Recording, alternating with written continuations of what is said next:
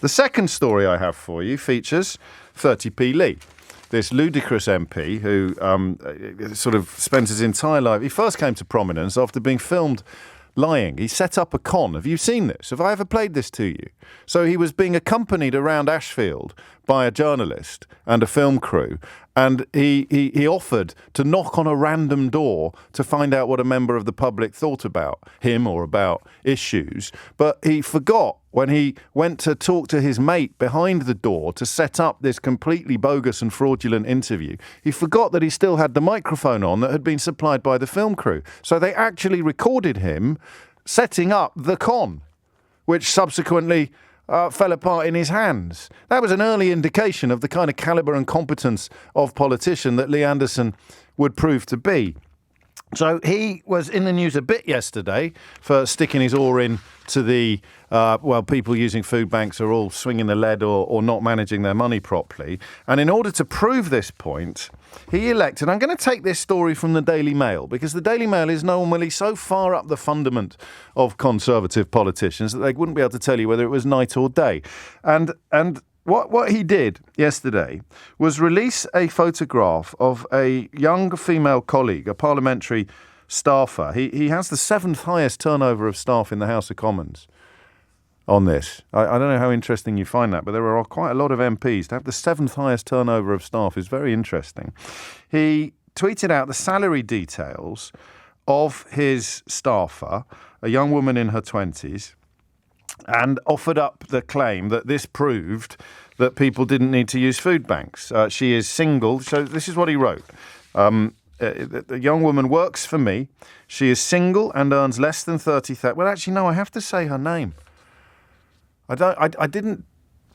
Anyway, we'll get on to this in a minute. Katie works for me. She is single and earns less than 30k. Rents a room for £775 per calendar month in central London. Has student debt, £120 a month on travelling to work. Saves money every month. Goes on foreign holidays and does not need to use a food bank. Katie makes my point really well. I mean, she doesn't, is the first point to make. If you are, we spoke to Karen yesterday, whose husband was killed in a motorcycle accident 4 years ago. They have 4 children. They were doing fine before he died. Now they are struggling. So quite what the existence of a single woman living in a rented room in London has to say about the experiences of a nurse and mother of 4, a widowed mother of 4 who is also a nurse, is beyond me, but it's not beyond 30p Lee, because he adds, Katie makes my point really well. I don't know that anyone would be able to work out precisely what his point is, beyond the idea that anybody using food banks is either lying or behaving fecklessly.